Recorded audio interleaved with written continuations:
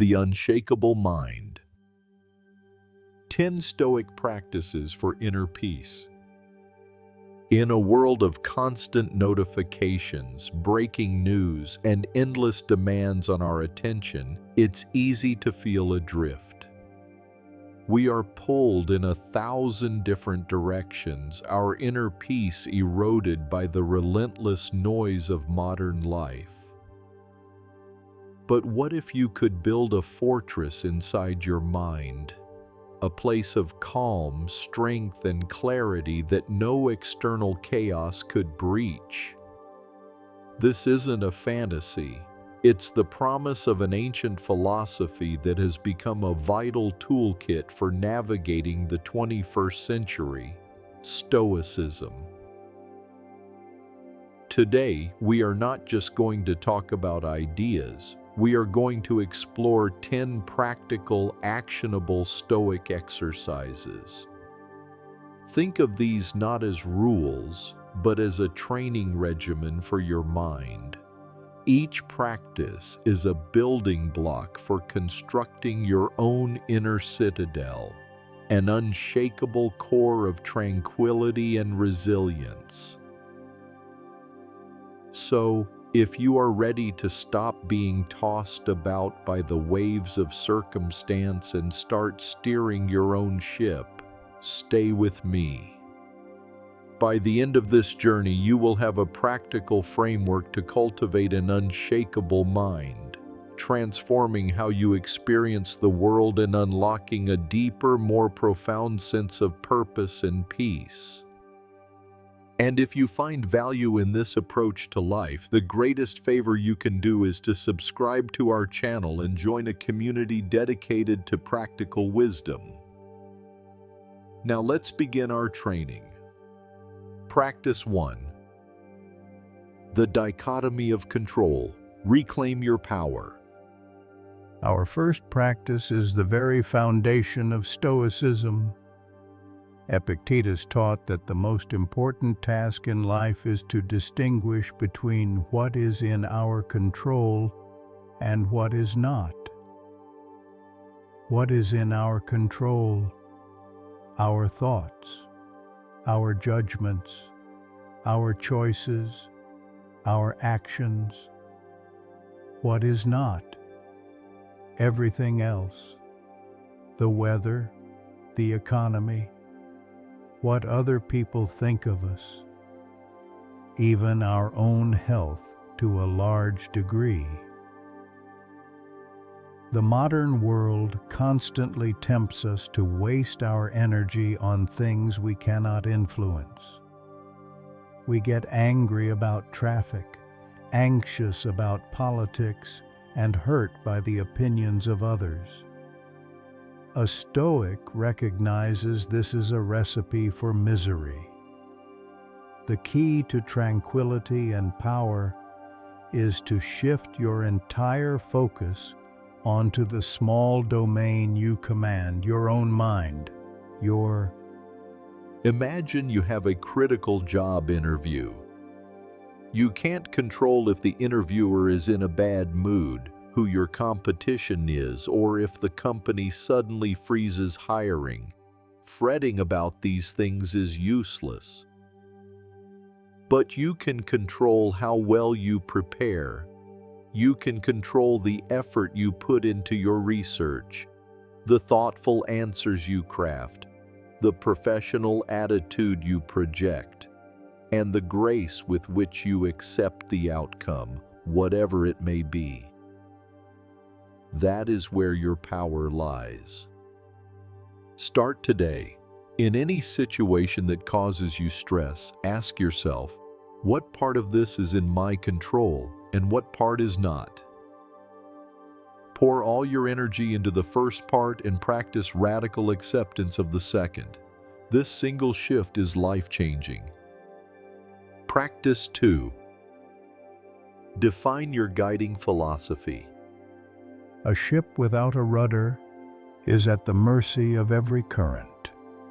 A person without a guiding philosophy is at the mercy of every impulse and external pressure. The second Stoic practice is to define your personal code, the non-negotiable principles you will live by. This is more than just a goal. It's the constitution for your character. Think of it like building the walls of your inner citadel. Once your principles are clear, they become your anchor.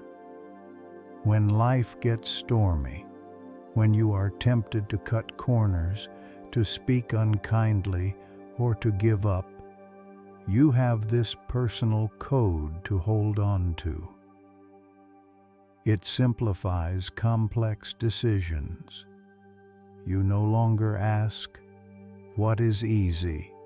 or "What do others want me to do?" You ask, "What does my philosophy demand of me?" This inner clarity gives you a strength that cannot be defeated by external praise or criticism. You are no longer playing for the crowd.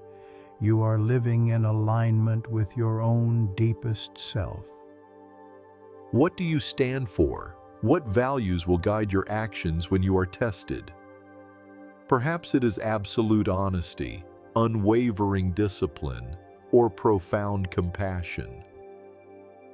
Take the time to write these down. This isn't a quick exercise. It requires deep reflection, away from the noise of the world. Who do you want to be? Practice 3. Premeditatio malorum. Rehearse for trouble. The third practice sounds pessimistic, but it is one of the most powerful tools for creating resilience. Premeditatio malorum, or the premeditation of evils, is the act of intentionally visualizing things going wrong. This is not about worrying. It's about rehearsing. It is a fire drill for life. Seneca advised that we should start each day by thinking about what we might encounter: rudeness, betrayal, misfortune. Why do this? 2 reasons. First, it strips adversity of its power of shock. When you are mentally prepared for a setback, it loses its ability to paralyze you with surprise and fear. Second, it allows you to prepare.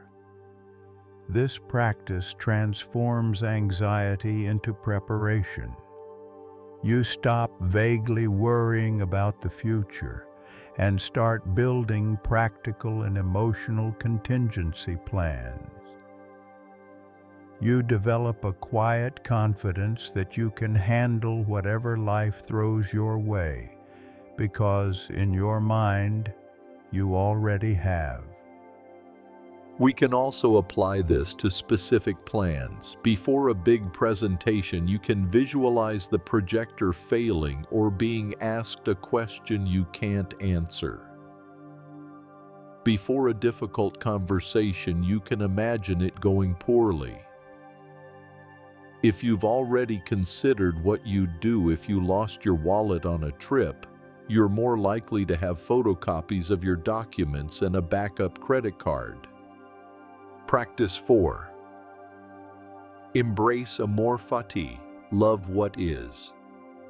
Acceptance is a powerful tool, but the Stoics challenge us to go a step further. The fourth practice is Amor Fati, a love of fate.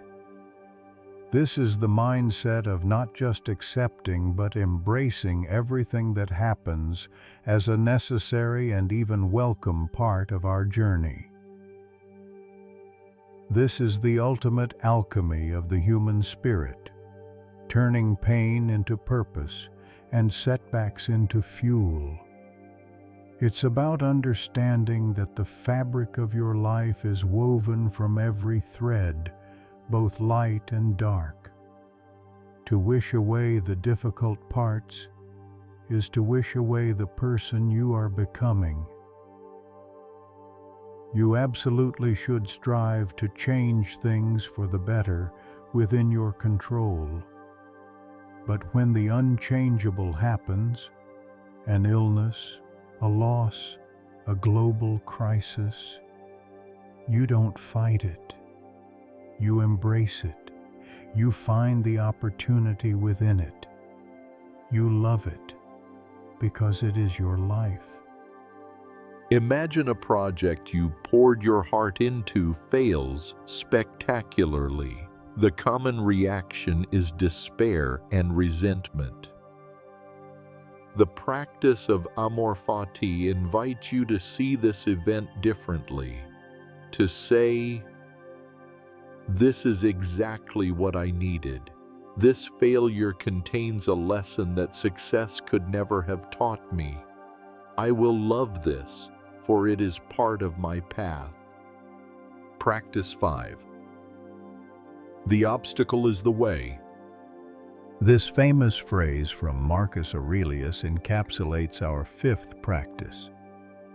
We tend to think of obstacles as things that get in the way of our lives. A difficult boss, a physical injury, a financial crisis. These are impediments to our progress. The Stoics teach the opposite. The obstacle does not block the path. The obstacle is the path.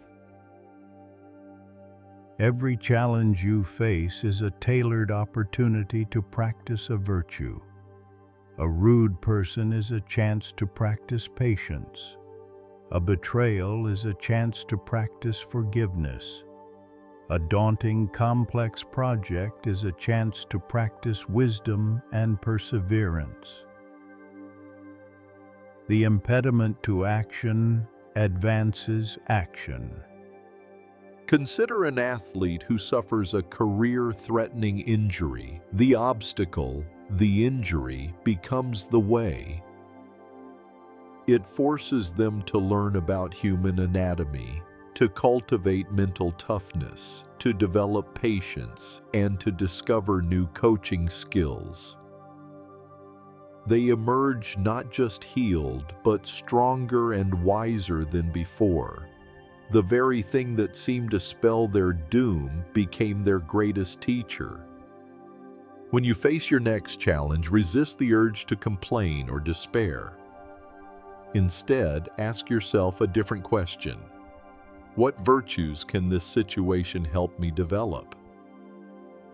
By reframing the problem this way, you are never truly stuck.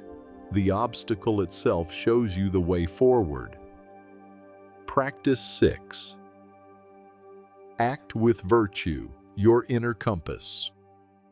The goal of Stoicism is not simply to feel peaceful. The goal is to live a good life, a life of character. Our 6th practice is to use the 4 cardinal Stoic virtues as your inner compass for every action. These 4 virtues work together. They are the legs of a stable table. This isn't about being perfect. It's about having a standard. In a world that often rewards greed, selfishness, and short-sightedness, living by these virtues makes you a force for good. It builds unshakable self-respect, which is the true source of inner strength. Peace of mind comes not from getting what you want, but from knowing you have acted as the best version of yourself. Wisdom, the ability to see the world clearly and navigate complex situations with logic and reason. Courage, not the absence of fear, but facing challenges with integrity, both physically and morally. Justice, treating others with fairness, respect, and kindness, recognizing our shared humanity. Temperance, the practice of self-control, moderation, and discipline over our desires. Before any significant decision, you can run it through this filter. Is this choice wise? Is it courageous? Is it just? Is it temperate? Practice 7. Memento Mori. Remember, you will die. Our seventh practice sounds morbid, but it is a powerful tool for joyful and urgent living. Memento Mori, or remember you will die. The Stoics kept this truth at the forefront of their minds, not to be grim, but to achieve clarity. The knowledge that your time is finite is the ultimate antidote to triviality. It cuts through procrastination, petty grievances, and fear. Keeping death as your advisor helps you prioritize what truly matters. It inspires courage. Many of our fears, fear of failure, of embarrassment, of rejection, fade into insignificance when placed next to the reality of our mortality. If you truly understood that every moment is precious and non-refundable, would you waste it scrolling mindlessly through social media? Would you spend it in a pointless argument? Would you put off telling someone you love them? You can practice this daily. Keep a skull emblem on your desk, or simply take a moment each morning to reflect on the finite nature of your life. Don't let it make you sad. Let it galvanize you. Let it inspire you to live today with purpose, with virtue, and with joy, because it is the only day you are guaranteed to have. Practice 8. Cultivate sympathia. See the bigger picture. It is easy to feel isolated, to see the world as me versus them. The eighth Stoic practice, sympatheia, is the antidote. It is the understanding that all things are interconnected, woven together in a single cosmic tapestry.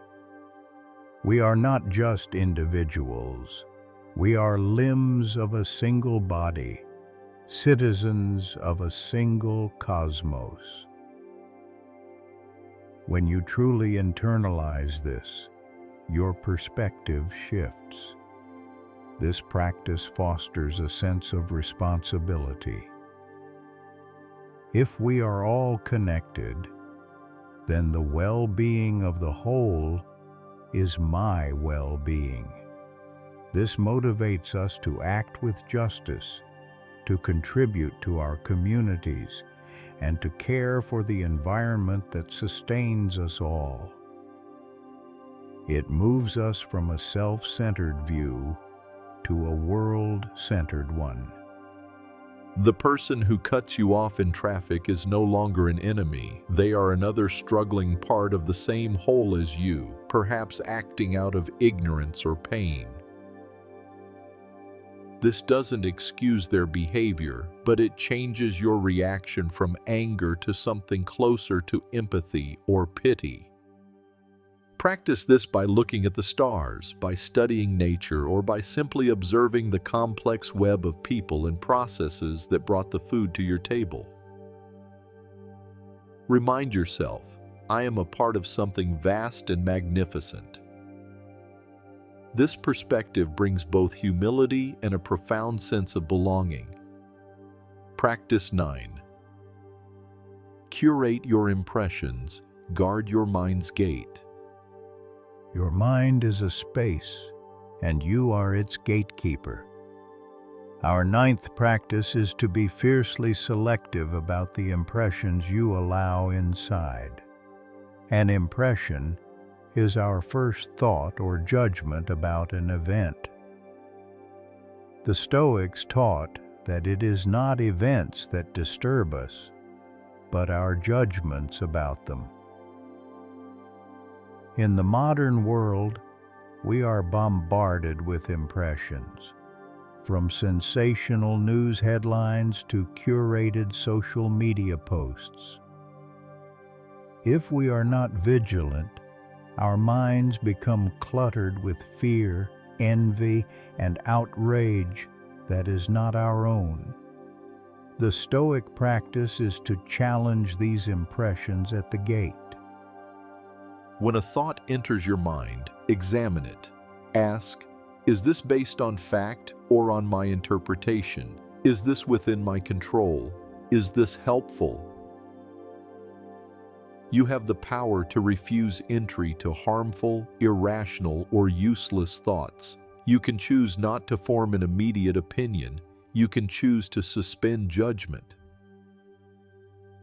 This means curating your mental diet just as you would your physical diet. Unfollow toxic accounts. Limit your intake of outrage-driven media.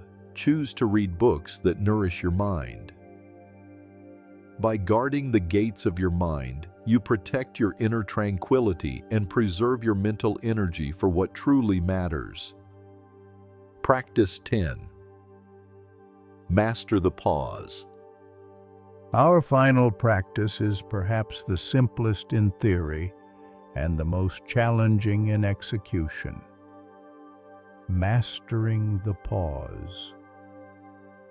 Our impulses, trained by evolution and modern society, scream for an immediate reaction. Someone insults you, insult them back. You feel an urge to buy something. Click, add to cart. You feel bored. Reach for your phone. Stoicism teaches us to intentionally widen that space between stimulus and response. The psychiatrist and Holocaust survivor Viktor Frankl wrote, "Between stimulus and response there is a space. In that space is our power to choose our response. In our response lies our growth and our freedom." The practice is simple. When you feel a strong emotion or impulse, pause. Just for 1 second, take a single deep breath. In that brief moment, the chain of automatic reaction is broken. You have created a window of opportunity to consult your reason. To ask, what would a wise, courageous, and temperate person do right now? This applies everywhere. Before sending an angry email, pause. Before eating that second piece of cake, pause. Before reacting to criticism, pause. This small habit, practiced consistently, is the difference between a reactive life and a responsive one. It is the master skill that allows all the other virtues to come into play. Conclusion. We have journeyed through 10 powerful Stoic practices, from understanding what you control, to loving your fate, to remembering your mortality. These are not intellectual curiosities. They are a set of tools for building an unshakable mind. Remember, Stoicism is not a destination. It is a lifelong practice. You will not become a perfect sage overnight. You will stumble. You will react. You will forget. That is okay. The goal is progress, not perfection. Each time you choose to pause, each time you reframe an obstacle, each time you focus on what you can control, you are laying another stone in the wall of your inner citadel. You are becoming stronger, calmer, and freer. Thank you for joining me on this path. Embrace these practices, make them your own, and begin the work of forging your own unshakable mind. If this video was helpful, be sure to explore one of the other videos on your screen now. Stay strong, stay virtuous, and continue your journey into wisdom.